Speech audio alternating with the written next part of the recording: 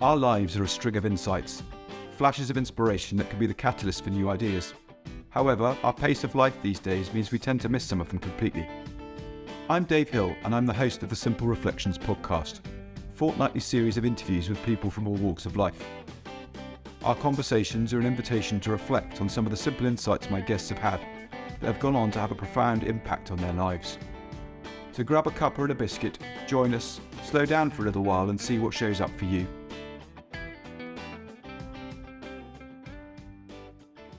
Welcome to the next episode of the Simple Reflections podcast. Today I'm joined by Chana Studley from Jerusalem. Chana is a coach and author of 4 books now. She was also the first ever guest on the Simple Reflections podcast, so welcome back. And also the first returner. So there's a number of firsts going on here, which is awesome. So it's lovely to see you. Yeah, lovely to see you today. Yeah, thank you, Dave. It's really good to be with you. No, it's very kind of you to come along. There's a main reason for me asking you back is to talk about your new book, Beyond Diagnosis. Now, I have a confession to make to everybody beforehand, and that's I've not read it yet, but it's only been out about 2 weeks. And being dyslexic, it would have taken me longer to read it in that time. And I just thought I'd get that out up front. Right. But I've read the blurb, I've read the bits and pieces that are on Amazon where it's being sold. And it sounds like a really, really fascinating book in terms of the content and how you've gone about it. And I'm really looking forward to reading it at some point. But I just wondered if, what was it that led you to writing it? Yeah, thanks. So I'm not sure if it was 2 or 3 years ago now, because it feels like a bit of a blur. But I was sitting on my sofa right there, and I was thinking, there are so many people in, our 3 principles community, our colleagues, our clients, who have recovered from mental health diagnoses. And I thought, wouldn't it be amazing to collect all those stories together in one place as a resource? So, my other books are stories, they're novels, bringing these ideas to people through different characters and different scenarios. But this one's more of I'm going to call it a textbook, right? So, because it's more about a little bit of the history and real, evidence-based stories to prove that this works. So I wanted it to be a resource for coaches, for therapists, for us to hand to our clients, if they're in doubt of whether it's going to work for them, if we're talking to other professionals like therapists and doctors, people in the greater, mental health business, to show them that we really have something of substantial worth to offer here. And not only have I got the stories in there, but I've also got interviews with mental health professionals, our colleagues who have been working in clinical practice, for many, many years, many decades, to show from their clinical experience that this works. And also research. I interviewed Dr. Tom Kelly, who's authored over 40 evidence-based research papers, in recognized medical journals, just to prove this is not a fluke. It's not just a one-off, not just a bit of woo-woo, some people call it, right? This is really affecting and transforming people's lives. And here it is in one book. And I've also made a website to go with it, so we can keep adding stories, so that as people read this or they have their own, experiences, we can keep adding the stories and show that it's an ongoing transformation for everybody. No, that's cool. That's cool. What's been surprising for you in pulling all of this stuff together? What's jumped out and gone, oh, wow, I wasn't expecting that? Well, there wasn't anything that I wasn't expecting, because I kind of knew that this is true. So, but what I did notice as I was gathering the stories is the commonality between them. And one of the points in the introduction part of the book that I make, where I do as kind of a critique of, traditional therapy and psychiatry, and how the the textbooks that students get given in medical school and therapy training school, or whatever it is, that they're told that these are discrete, separate illnesses, that these are mental health diseases. And I've never bought that. Even before I knew about the principles, I always knew it was, I'm a little cynical. I was always into conspiracy theories and stuff. And so I've always been a little suspicious about, some things, connected to selling, in this case, drugs, that there could be ulterior motives into expanding and continuing to expand the amount of mental health diagnoses we're told that there are. And so the commonality I started seeing was that as you go through the stories, you'll notice it's not just the diagnosis that we've categorized them as, but they also have anxiety. They also have sleep issues. They also have relationship problems. They've also got, you could fit them into multiple categories. And I broke it up into 10 categories in my book. Things like trauma, eating disorders, psychotic disorders, mood, anxiety, those kind of things, child and adolescent disorders, because that's similar to what medical literature uses. But when you're putting it into the category, I'm thinking, where's Michael's story going to go? And it could go in like 3 or 4 different categories, which just proved to me that it's so made up, this categorization and the labeling and the diagnosis. And one thing I remember learning from Dr. George Pransky when I was learning with him, he said, the DSM, which for those listeners who don't know, the DSM is it's like the Bible, shall we say, of psychiatry. It's about 3 or 4 inches thick. It gets thicker every edition. We're on number 5 right now. And it lists all the mental health diagnoses that doctors and therapists and psychiatrists use. And so George said, that book is a list of coping mechanisms. So I guarantee you, if you open that book on any page, no matter what the diagnosis you find, I guarantee you it started with prolonged stressful thinking. And why some people go into drinking and other people go into obsessive rituals, and some other people get, obsessive thoughts, and other people are cutting. Some people are eating and not eating. Why we end up going into different ways to deal with that stressful thinking. It's the disordered thinking, the misunderstanding of that is at the root of all of it. And I think that's why the principles are the answer, because we are pointing people upstream to see that they have innate health. And it's just a misunderstanding of why we end up in these distress situations, which are then labeled as diagnoses. Mm-hmm. Yeah, from where I sit and I see things, and it's Dave's perspective on things. There's nothing wrong with any of it, but what's interesting is if we think that what it is we're seeing is the only answer or the only way of seeing things, that's where we sort of fall into the trap. So it's basically a combination of things going on. We're seeing a very, very thin slice of someone's world, and we're bringing a perspective at it that might be coming at a cross section of that, at which point we're getting a point where those two things meet, which is where we go, oh, that's one of those. And that's one of those is sort of helpful. It gives us a starting point, but it's not the truth. It's just giving us there's something to investigate here and be curious about. So it's a starting point for me rather than a sort of, there's a right or wrong in it. There's nothing harmful in any of it. Where it becomes potentially problematic is when we think there is only one way of looking at it, only one set of criteria to follow, and that there is a whole layer of supportive stuff in there that we can help by bringing this sort of jigsaw puzzle together a little bit.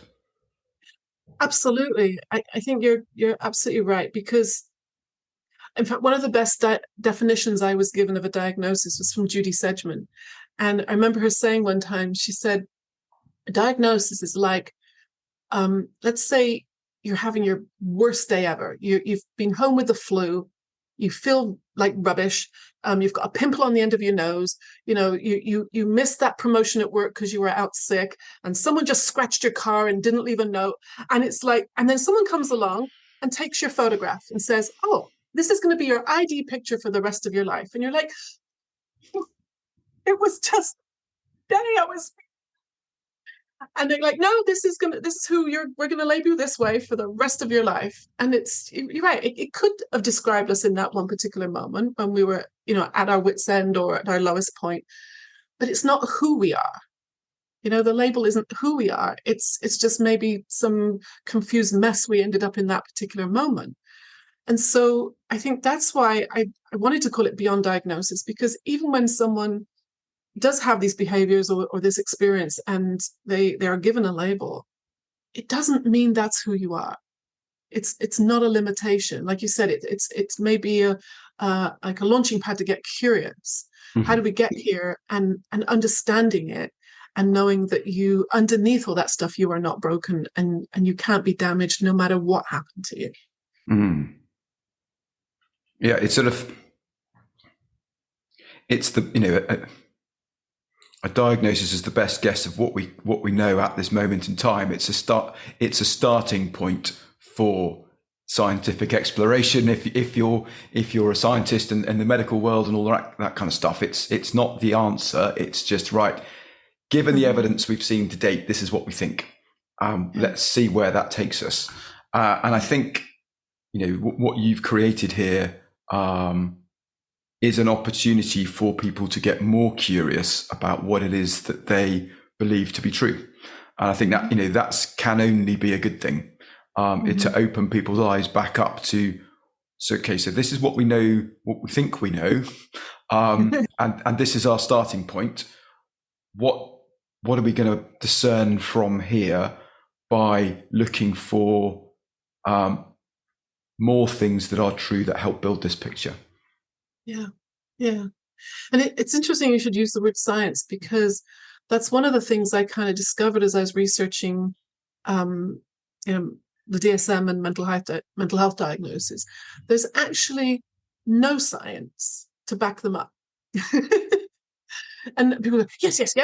And I'm like, it's true. I've got a whole chapter called The Myth of the Chemical Imbalance. So many stories you'll read in the book that people are told they had a chemical imbalance, and that's why they are dysfunctioning, or they can't control their thinking, or they're acting out, or, destroying themselves and their lives and other people sometimes, because of this chemical imbalance. And many of the psychiatrists who are at the top of their fields, like in the FDA, which is like the Food and Drug Administration in the States, who approve medications, or the government mental health departments who fund research, and British ones too. And they're saying, it was only an analogy. We didn't really mean that. It's an urban legend. And they're kind of like stepping back now, because after 30 years of kind of pushing this idea that some people's brains are biologically damaged or not working properly, they're kind of saying, no, that wasn't us. That was the marketing men. That was the drug companies. And yet, when I say that to clients or even professionals that I talk to, like, you know what, there is no scientific proof. They go, yes, there is. I'm like, show me. There is no blood work. There is no X-ray, no MRI, no urine test. There's nothing. And then sometimes people, apart from dementia and Parkinson's disease, those are the only two in the list of illnesses or diseases that they call them, that have, you can see that on an MRI and blood work. So when I say that to people, they go, yeah, but my doctor tested me for ADHD. I'm like, he didn't take any blood work or look inside your brain. He probably gave you a written test, or he asked you questions which were based on someone's opinion, right? And if someone is, like we talk about in the principles community, we're all living in our own thought-created reality. So if the person who's testing you, their opinion and their thought-created reality is that your brain is damaged and that's why you're behaving the way you are, then they're probably going to see it. Like we often say, what you focus on, you'll see. So if I think my client is sick, I'm probably going to find sickness in them. Whereas as a 3 principles practitioner, I believe my clients are well and I see their health. It's very different. So even the tests that people say they've had, they're actually based on opinions, and they're very subjective, based on culture and expectations. They're not science. And all of them, I think, of the diagnoses that are in that book, which is probably the Amazon #1 bestseller and used around the world to diagnose people, they voted on which ones should be in there. Voting isn't scientific. You vote for your local, local councillor or your member of parliament. Scientific is not voting, right? Science means you can reproduce this, like an experiment, you can reproduce it. And that's just, in 30 years, they've not been able to do that. And so it's really interesting to see, why would we want to believe in a myth? And the conclusion I came up to, and some of the professionals, medical professionals I spoke to, is that sometimes it's easier to believe we have an illness than take responsibility for maybe, looking at our own stuff and our own part, and seeing that maybe it's not how I thought it was. Maybe there's another way to see this. Yeah. It's a sort of a point in time where things solidify to some degree, at which point we feel confident enough to look in a different direction. Nothing's actually changed other than our capacity in the moment to see that there might be an alternative, which is like flicking on the curiosity switch. We've gone from, oh my goodness, I am compressed by all of this stuff, to then realizing that this stuff is my thinking about it rather than the things themselves, at which point, the light bulb flicks on and we see things differently, which, for every single one of us, we've experienced that one way or another. We may have different language for it. We may think it's a fluke. We may think it's sort of happenstance, or wow, I wasn't expecting that, and don't really think about it again. But it's true for everything that we've been learning. And the reason that I used the word science is actually those at the cutting edge of scientific discovery are looking beyond the things that they've been taught. They're looking beyond what they know to be true, because they know what is true isn't 100% accurate. It's the best they've got in that moment. Those that maybe don't have the confidence to look beyond that, or have created a reputation around a particular theory or idea that they've been, going around the world sharing, want to potentially protect that because it becomes their identity. Whereas actually the ones that are going, no, this is where we've got to. What, I don't quite know what's over. It's not everything. There's more to learn here. Let's go and learn that stuff. I can't remember what I was reading something last night, bizarrely around marketing, nothing to do directly with this and everything to do with it at the same time. And it talked about an anecdote of Albert Einstein setting an exam for a bunch of students, and it was their second year, and his assistant went, oh my goodness, he set them exactly the same paper, exactly the same questions. I wonder if he's just forgotten, or so sidled up to him and said, Professor, this, are you aware that you've set the same thing? Oh yes, I am. He goes, but they're exactly the same questions. Yes, they are, but the answers are now different because of that. Things are constantly evolving. We're constantly learning things. If we ask ourselves the same questions at different points in time, we're going to get different answers because our understanding has shifted. If we hang on to a theory that was written 20, 30 years ago and is in textbooks, then it's not surprising that we keep ending up with the same answers because we're testing people against something that is a model that has progressed but hasn't been written up for people to learn from, and we all love a textbook.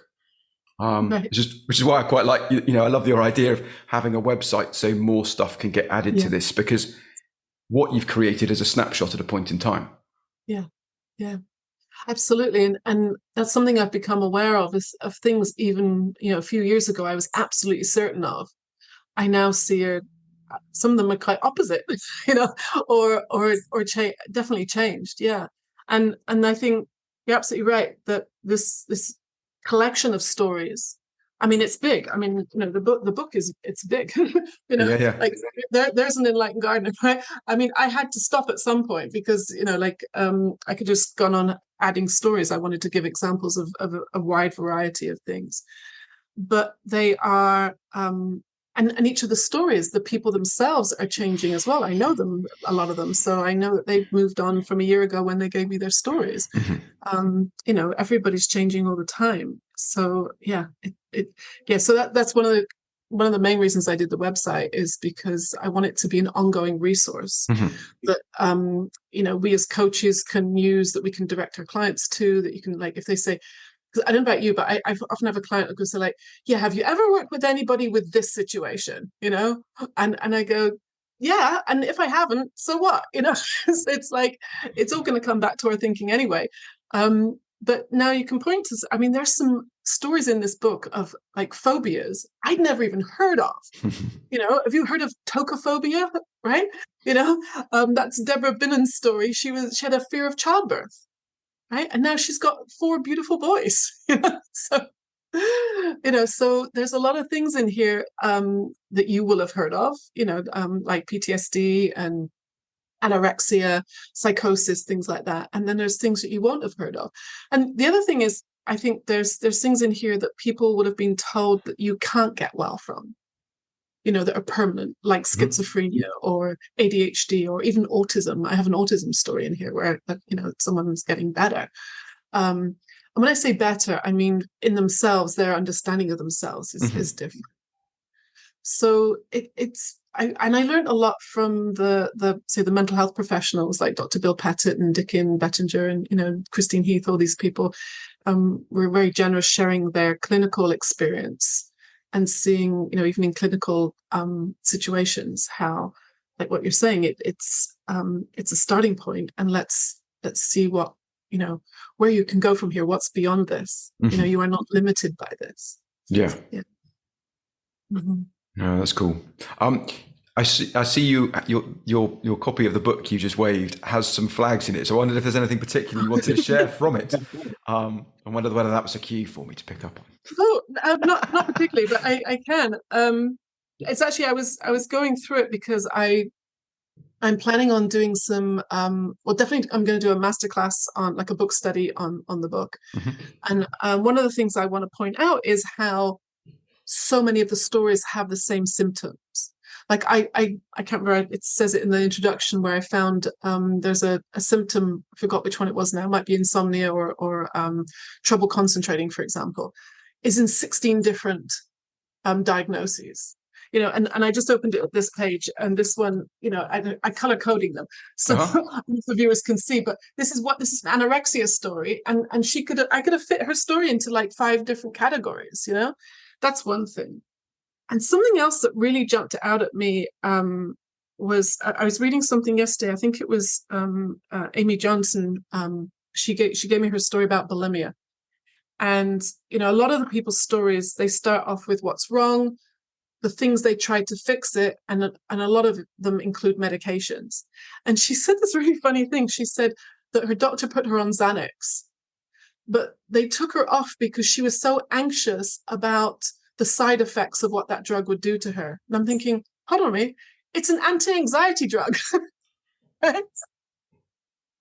Why is the doctor taking you off an anti-anxiety drug? Because you've got anxiety about, does it matter what it's about? That it's so much of it is made up, like telling people they have a chemical imbalance, telling people that they'll never recover. So that was some of the interesting things. The other thing that jumped out at me when I was reading it again was, I don't know if you know the name, Cecilia Hector. She's in Scandinavia. Yeah, right. So she's put her amazing story in here. She had suffered terrible depression. They did electric shock treatments on her and all kinds of things, and now she's thoroughly flourishing and living an amazing, beautiful life. And at the end of her story, I can't I don't have it labeled here right here, but she said something like, when she learned that she wasn't broken, why did she need treatment? And I thought that's interesting, because going back to what I was saying at the beginning about all these traditional psychiatrists who are, heads of departments in universities and government bodies now, are saying, yeah, there isn't really a chemical imbalance. So if there isn't a chemical imbalance, why do we need treatment? Why do you need medication? What is that medication doing if there isn't anything wrong with your brain? Right? It's an interesting question. Mm-hmm. And the best I've come up with of what medication actually does is it blunts feelings. Mm-hmm. The problem is it blunts all feelings. So not just maybe the difficult, uncomfortable ones, but it will also blunt joy and happiness, creativity, love, and so that's I mean, I'm not you can tell I'm not a big fan of medication because it is dished out so easily and so quickly after like a 5-10 minute consultation with a family practitioner who's not trained and specialized in these kind of medications. And they do have terrible side effects. And there are millions of people who are having a really hard time detoxing from them. And that's another part of the work I've been doing, helping people detox, because it's serious business. You can't just suddenly stop. If anybody's listening, please don't just stop your medications. Mm-hmm. You need a medical supervised, there's different ways to taper it off, and having a coach, to hold your hand, because it can be quite bumpy. And just on that point, I just want to share an analogy that Dr. Bill Pettit gave me one time. He said, when people end up in the doctor's office needing or believing they need medication, it's like they've got their foot on the accelerator and they're driving the car at 100 miles an hour. And they're going to crash and burn if they don't get help. So let's say a doctor then gives them medication. And so that's like putting their other foot on the brakes. Now, you can drive a car with one foot on the accelerator and one foot on the brake. It's not a good idea, but you probably could get around, right? It's not good for the car. It's not efficient, but you could do it. He said, that's what it's like having medication. It's like putting this, the brakes on all of your feelings. He said, and when people come off medication, it's like they've taken their foot off the brake, but this foot is still on the accelerator. Mm-hmm. And they're still going fast. And then they either see it as, the disease has come back, which is not true because it wasn't the disease in the first place, or it's the side effects of the medication, which the doctors and the patient will often misdiagnose as a relapse, when actually it's a side effect from detoxing. So there's this complicated stuff. And so people need to know all these things before they go on medication. And, what we're offering, in ways of a solution, is what if you understood what was happening? If you understood your mind and you understood how the experience is created, maybe you can slow down enough that you're not going to need that. What if there was a better way? What if there was another way that was more long-lasting, transforming, life-changing? And then, like you said, even if we do get into a bit of, sadness or a bit of, agitation or frustration, anxiety, so what? I've come to see "so what" as a very spiritual mantra, right? It's like, I was sharing with someone the other day that when I put the book up on Amazon, I actually spelt the name of the book wrong. I kept getting diagnoses, like I kept going off my fingers wrong, and I pressed publish, and then I got a confirmation from Amazon, and it said "beyond diagnosis," and I'm like, oh. I mean, not only is that embarrassing, but you won't be able to find the book. And so I got online, and it was amazing. I managed to get an Amazon employee on chat immediately, which is like unbelievable. And we got it sorted, and it was fine. But through the whole 10 minutes that was going on, I wasn't scared. It was like, so what? So it's a funny story. And if they weren't able to change it, I guess I could have deleted the whole thing and started over. Mm-hmm. No big deal. I mean, it would have been hours of work, but it's not the end of the world. I was so, I don't know, happy with myself that my stomach didn't hit my throat. I didn't scream, shout, didn't throw anything, I didn't take it out on anybody. And it just, in a calm mind, it just dealt with it. And then within 10, 15 minutes, it was fixed. And so when we learn we don't have to be frightened of emotions, feelings, experiences, and obviously people can go through, much obviously very scary and dangerous things, as we both know. And we have this innate resilience, this amazing healing system in our bodies and our minds to bring us back to this moment where we can be back in touch with our innate well-being. Yeah, no, that's cool. I think what's exciting about that story is we can imagine someone, or even us, getting all caught up in that scenario and stomach hitting your mouth and feeling hot and sweaty and worried about everything's going to fall apart, and that there's nothing wrong in that, and that with an understanding of how we operate as human beings, we can recognize that, okay, this is just trying to tell me that it's happened. So what? Okay, yeah, actually nothing really. Right. And at that point, we can regulate and calm ourselves down again, or continue to freak ourselves out until the point we go, oh yeah, actually this isn't a big problem. And now I've got hold of someone, we're all good. Because nothing, even when you got hold of the Amazon employee, nothing changed initially other than, oh my goodness, there's someone here that knows what they're doing to hold my hand. That's it. I haven't fixed it yet. There's no fixing going on. Right. I think the most exciting thing for me in this whole topic comes back down to understanding.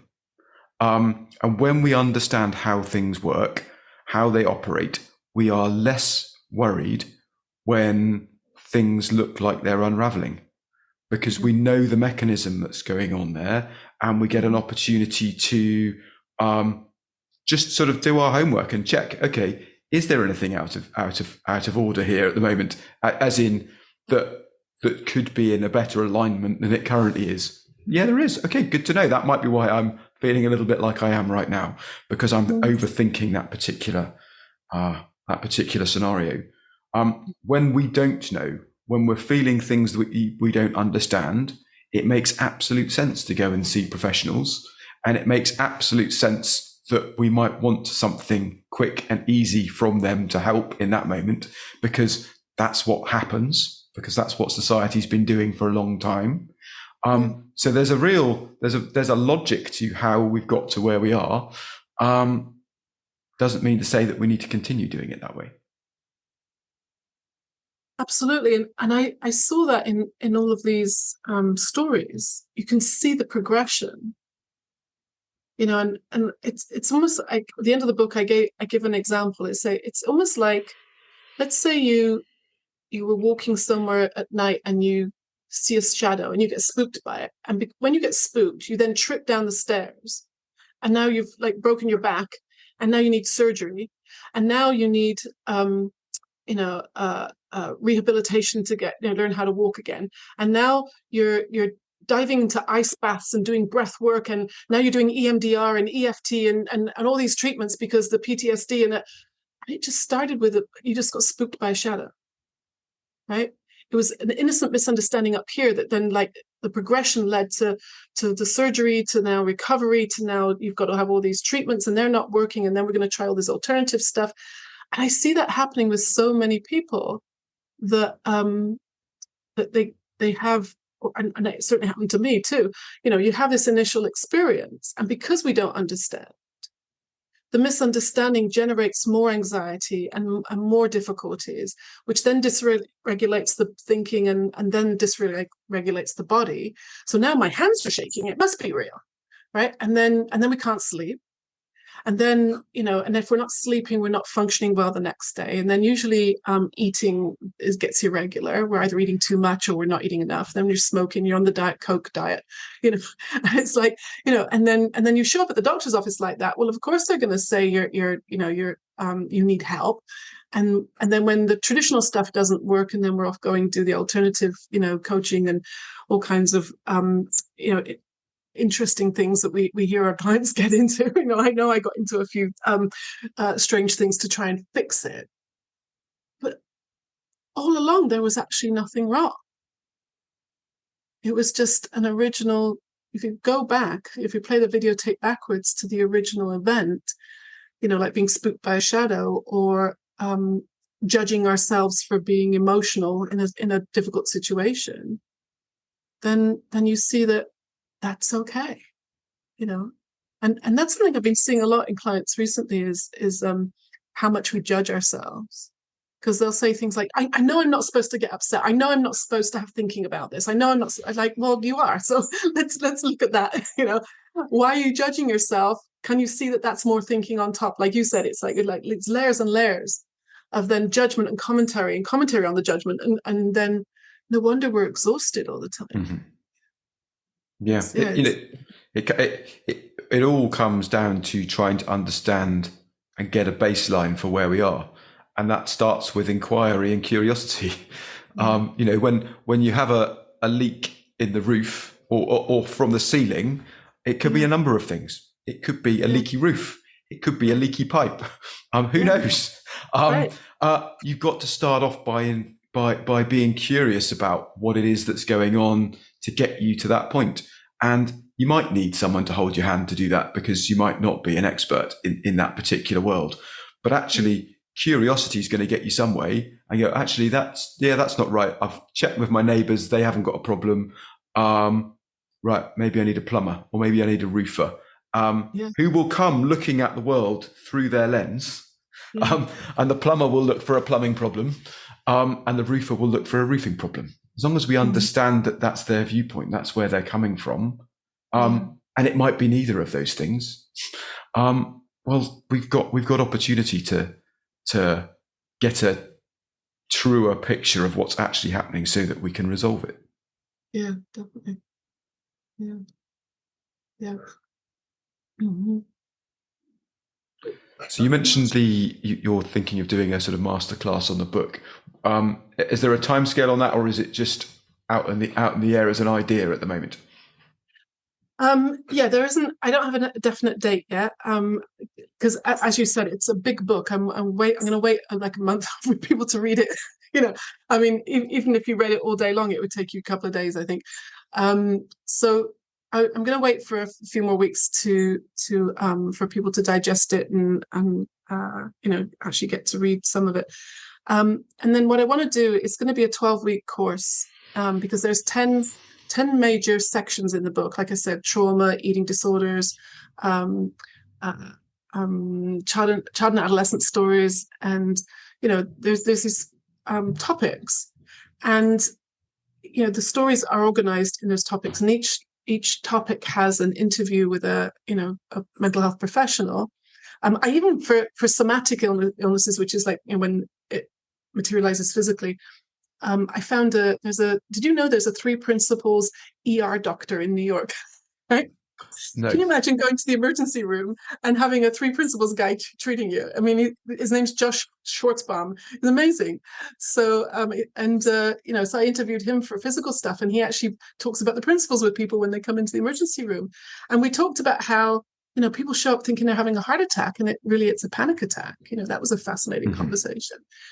So I want to, so there's the 10 topics, and then I'm going to have a class at the beginning and one at the end. So first one will be an introduction and like a wrap up at the end. So a 12-week course. And we'll go through each of these sections, and I'll share more in depth, behind the stories, new stories, more research, more information from the professionals, experts in the field, and hopefully even I can invite some guests, people whose stories are in the book, and see if they'll come along and people can ask questions. So I think it will be great for obviously people who are experiencing any of these conditions, but also for therapists and coaches who may have a field of interest that they, like I know you work with, people with PTSD, and, and I work with people with, physical issues, but we both can work with all kinds of clients, right? So, but, what if someone shows up to me and they've got, experience, they're talking about schizophrenia? Well, now there's some resources here. You can see that actually you can help someone with schizophrenia too. You don't have to be a psychiatrist. You have to have an understanding of how the mind works. I mean, I've had a client show up here a couple of months ago, and she hasn't been to the doctor because she's terrified of doctors and she's very skeptical about them. But if I were a psychiatrist, I think she would be diagnosed with schizophrenia. She was totally paranoid. She knew that there were people spying and they'd operated her in the middle of the night. She was going to show me the scars. And I'm like, oh, okay. Right. I believe you that there are people come in the middle of the night and cut you open. She's clearly experiencing an alternate reality. And so we started talking about thought and thinking, and it started bringing her back to the moment, So even if you have a client that shows up with a diagnosis that you've never even heard of, or you think, oh, that's beyond my capabilities to help someone, if you slow down and listen to them and you see that they're like innocently got caught up in stories, whether they're now cutting themselves or they're overeating or they're spending money they don't have, or there's so many ways that we can end up storing ourselves to cope with that distressful thinking. So the course is going to be built to help people see this one common idea, which is the whole book is based on the idea that Sydney Banks said that there is one generic mental illness, a misunderstanding of the role of thought, which is a quote from the enlightened Gardner. And so when you have absolute confidence, there is only one generic mental illness, and it just shows up as these different labels and different behaviors. I think it, as a coach, it gives a lot of confidence to you can help your client too. You don't have to pass them off to a specialist. Mm-hmm. Now, if they want, or you choose to give them, they need medical help, absolutely. I'm not saying, that doesn't have a place.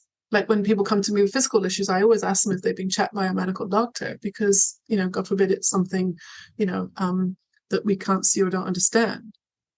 But even like for myself, I coach a lot of people who are detoxing, like I was saying. I'm not a doctor. I do have a kind of a diploma in pharmacology I just investigated and got because I was so curious about this. But I would still insist they have a medical supervised detox plan, right? And so even when people have, the medical stuff lined up, they're going to need someone, like you said, to hold their hand. And as coaches and therapists, we are able to do that when we understand how it works as a complete picture. Mm-hmm. So that's what I'm planning. And I'm gonna probably start advertising it in a couple of weeks when people have had a chance to read the book and get people's attention and interest and take it from there. And then my dream after that is to then record some classes on each topic and have them on the website for sale, like they call it evergreen. So people mm-hmm. can learn them at their own pace, and they'll obviously be more involved. And they will, I could do a whole course on trauma, a whole course on eating disorders. And so people could buy the individual course or a few or the whole thing if they mm-hmm. wanted to. So cool. I've got my work cut out for me for the next that'll keep you busy. Year at least. Chana, thank you so much. It's been really, really lovely to hear what you've been up to, hear all about the new book, and I wish you all the very best with all of that stuff. Thank you. Thank you. I really appreciate it. Thanks, Dave. No, it's a pleasure. Thank you for joining us today. If you've enjoyed the conversation, feel free to subscribe and join me and my new guest next time. If you're interested in the work I'm doing, or you think I can be of service to you or your organisation, please email dave@simplicityofmind.co.uk. Remember, see if you can find time to slow down and reflect. Those simple ideas might be worth listening to. Take care, and I hope you can join me in a couple of weeks.